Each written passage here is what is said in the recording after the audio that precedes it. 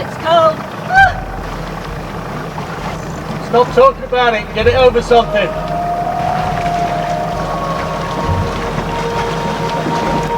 Caught on the rock under the water.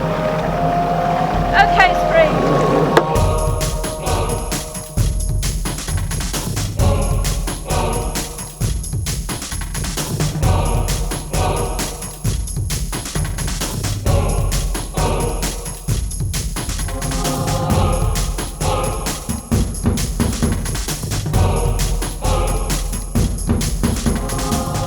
Appropriate hatches shut, Captain. Jolly good, number one. I need to get this off Okay. next.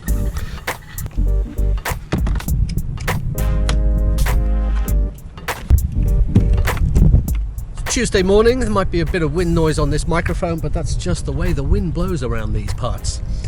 Talking of wind, pretty good holding here last night. The bottom is really muddy. We swang around as the wind changed throughout the night, but we still where we set our anchor, so we're all good. Where are we going today? Cuckoo, caca, I haven't seen it written down, and I didn't quite get it from Jim's finesses, so I'm not entirely sure. It's over that way somewhere. I'll let you know when I've seen it written down. All right, so the plan is today we do have a bit of wind, so hopefully we'll be able to get the sails out. It just depends what happens when we get outside the funneling effect of this bay. So we're going to head northwest in the general direction of Göcek, sailing through the Göcek Island area really, just to have a look at it. We're not going to stop anywhere in there, I don't think. Then we'll get down to the western tip of the Göcek area and pull into a little anchorage for tonight. See how that goes, eh? Yeah, looking forward to that. Yeah, hopefully we'll be sailing today. Yeah, praise the wind gods. Oh, please, wind gods. And there's our buddy boat, Acheron, with Jim just securing the dinghy to the back end. And she's just releasing the snubber, so I better head back to the cockpit, ready for bringing up the anchor. Okay, take the helm, hold it steady straight out the bay. I'm going to bring out the main.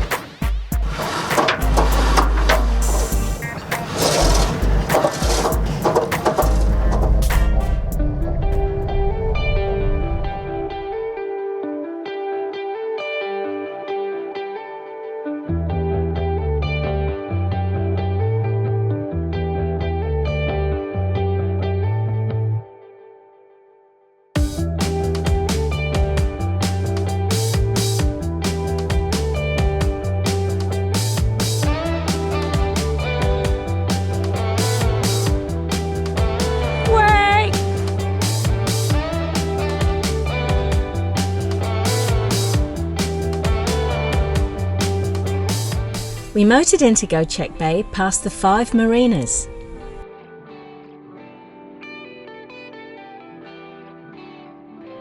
Göcek has very good conditions for sailing and has lots of tiny, attractive little bays, which makes it very attractive to sailors.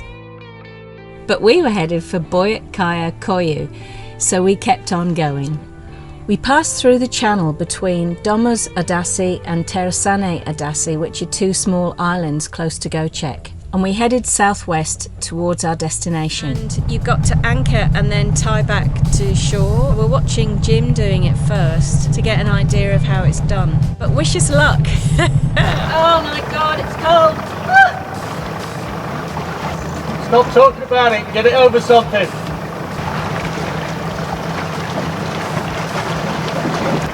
Caught on the rock under the water. Okay, Spring. Okay, so you come back on board now Okay. and take in some of the anchor chain. Yeah.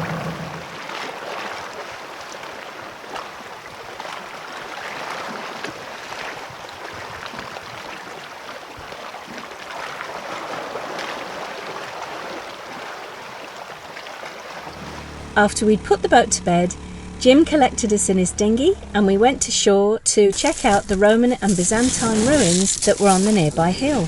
We've just completed our first tying back to the shore anchoring manoeuvre, and it went fairly well actually. And she was the brave soul that went into the water, but it is 22 degrees these days, so it's not so bad. Oh, minimise it. Shh, quiet in the back seats. So there's our buddy boat Acheron, and that's us behind.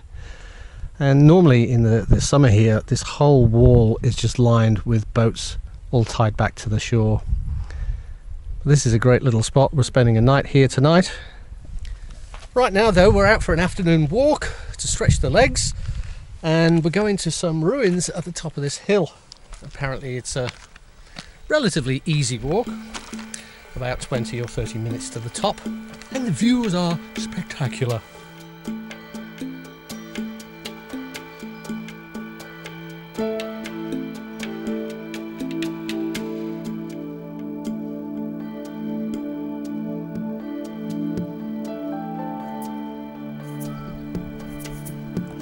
Our objective.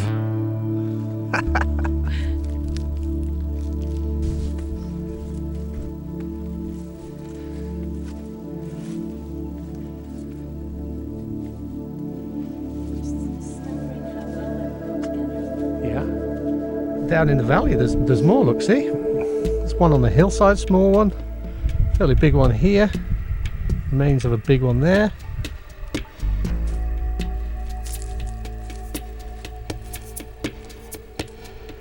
So this farm down here in the valley, they've got cattle. I can hear goats. There are plenty of beehives as well, so they're getting honey. And up on the hillside there are some sheep. So they've got a lot of livestock here. So you see there's a circular building, a humpy building there. And there's another one just beyond that silver shack. Those are wells. Look at this guy. I don't know what he's doing there with his front legs. It's like he's trying to press ups. He's exercising, is he? Yeah. So I'm just looking at the now obviously weather-worn craftsmanship of this supporting column. And there's ridges being cut into here, and they must have been pristine in the day. But if we follow our eye up, we can see there's a top lintel which is broken off. But the carving continues perfectly up the lintel and then into the corner and across. Care and attention to detail. And even if you look underneath this little bit here, there's like a little leaf motif of some sort carved into the rock there. Wow.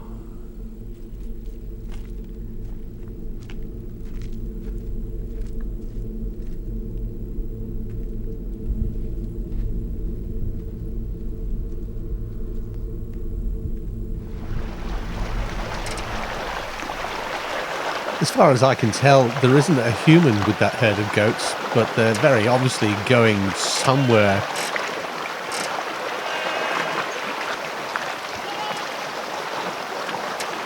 Good morning all. It is May the 1st. It's a slightly overcast day, but the sun is trying to get through somehow. Got a bit rolly in the night because the entrance to this bay is wide open, but wasn't too bad at all.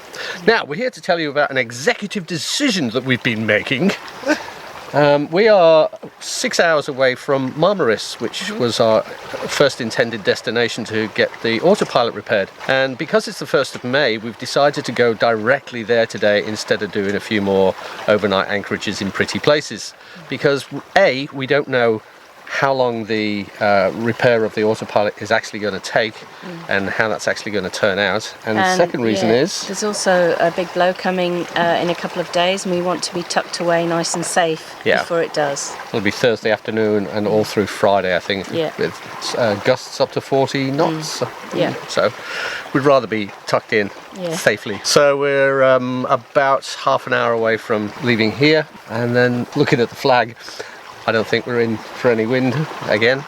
So now eager to crack into Moreira and finally find a solution to this autopilot issue. Yeah, it'd be just great to be able to push the button. So we're looking forward to getting to Moreira. Yes. About 6 hours, Buzz? Yeah.